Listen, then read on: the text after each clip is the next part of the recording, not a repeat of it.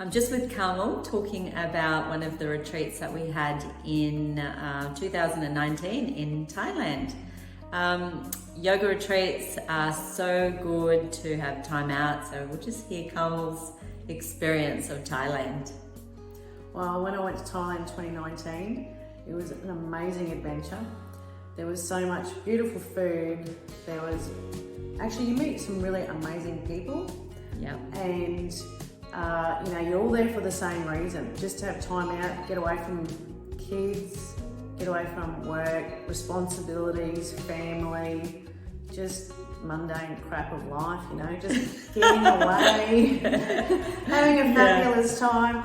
Me time, that's what we all want. Yeah. That's what we lack a lot in busy lives. And there was excursions, there was adventures, we went to caves, and we went to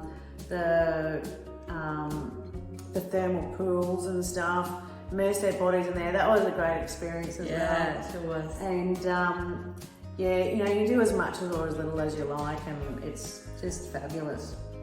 Excellent, Carms. Well, what would you say to somebody thinking about coming to New Zealand this year in November?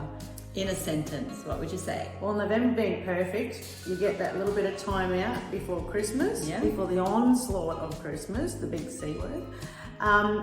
We need to just have such beautiful, peaceful time to ourselves, restore your body, restore your mind with the yoga, the meditations and stuff. And then you've got your little activities that we'll be doing as well. You can just do nothing if you want to sit there and read a book or whatever, or you can actually go out and some more adventures. There's horseback riding and stuff like that. That's offered on that property as well.